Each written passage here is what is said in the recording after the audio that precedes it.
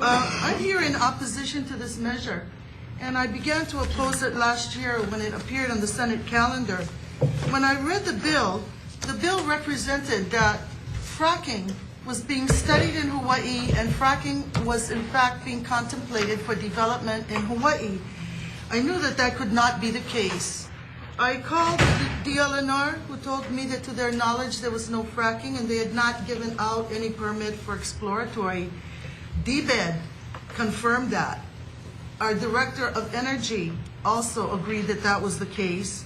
Then I contacted Don Thomas because the Center for Active Volcanoes is really the po'o, the head of all geothermal resources. No one has done more research than Don Thomas, and he's still doing it today. He told me that there was no fracking in Hawaii and that fracking could not be undertaken. But because there were allegations by environmentalists and others on the Big Island that funding had been secured for the research, I then called the Federal Department of Energy in Washington with the assistance of Representative Hanabusa's office. I posed to them questions. The first question was, had they funded geothermal research, fracking in Hawaii or elsewhere? And secondly, could this technology be applicable in Hawaii? A week later, I received their response. They called me back. They told me that they had not funded any fracking research in Hawaii. They had funded research to ORMAT, which was conducted in Nevada, and that the research was done there because fracking can only be used where you're in a state that has solid rock. And that's why fracking is used for oil and gas. Fracking is generally not used. There's no real fracking technology for geothermal, but there's new testing going on in Nevada. The purpose of this measure was to generate hysteria that somehow geothermal development was going to bring fracking to Hawaii. And in order to still that, I contacted the foremost geothermal expert in the Pacific region. He is the preeminent expert. His name is Dr. Sadiq Sarup.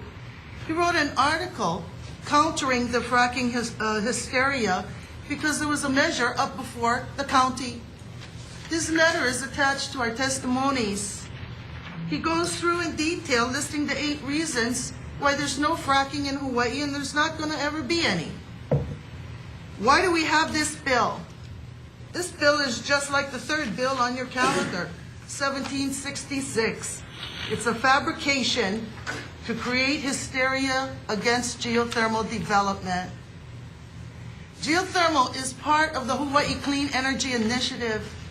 It is a priority in this state, and it has not moved forward a single inch because of problems such as this and because HECO will not allow renewables to get on the grid. We've not received much support from the House or Senate Energy Committees on the 5th floor because it's hard to contend with HECO.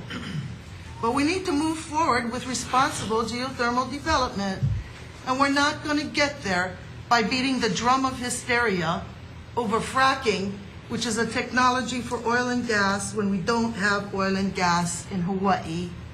And when our own state departments, DLNR, which oversees all drilling, gives all permits, is telling you that they're opposed.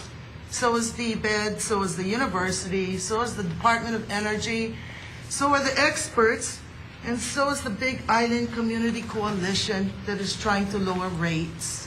I think it's time we stop playing environmental games and begin to advance all of the priorities of the Hawaii Clean Energy Initiative, including geothermal. And when you look at your testimony, you'll be surprised to see now that Hawaiian homesteaders are coming forward because they want to use this resource for hothouse agriculture, for food security, a low-tech application. So we need to work together to advance our energy priorities, and we need to stop playing the environmental games that are groundless and that were created in a way as an abuse of the legislative process.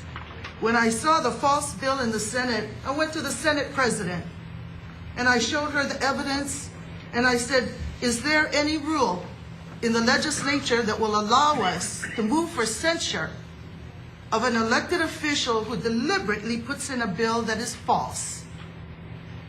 And do you know that the Senate President was ashamed to tell me that other states have that protection, but in Hawaii, we never had. In Hawaii, you can tell a lie in a bill and get away with it. Let's stop that practice now.